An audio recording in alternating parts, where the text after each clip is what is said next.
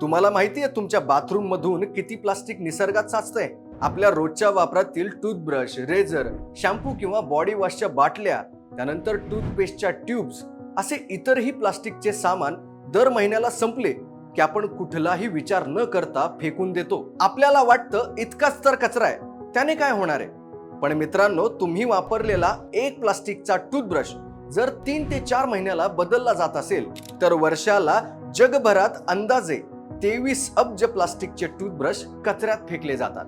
आणि हाच बाथरूम मधून निघणारा प्लास्टिकचा कचरा समुद्रात आणि जमिनीवर वर्षानुवर्ष पडून आहे. यामुळे पाण्यातील जीवन धोक्यात आलंय आणि जमीन देखील नापीक होतीये.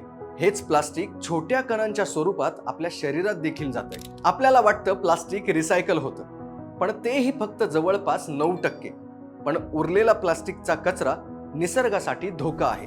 तर यावर उपाय म्हणून पर्यावरणपूरक पर्याय वापरा. प्लास्टिक टूथब्रश ऐवजी बांबू किंवा replaceable head toothbrush, disposable razor ऐवजी मेटल सेफ्टी रेझर, शॅम्पू आणि बॉडी वॉशच्या बाटल्यांऐवजी रिफिल पॅक, शॅम्पू बार, साबण, तसेच टूथपेस्ट ट्यूब ऐवजी पावडर किंवा टॅबलेट वापरू शकता.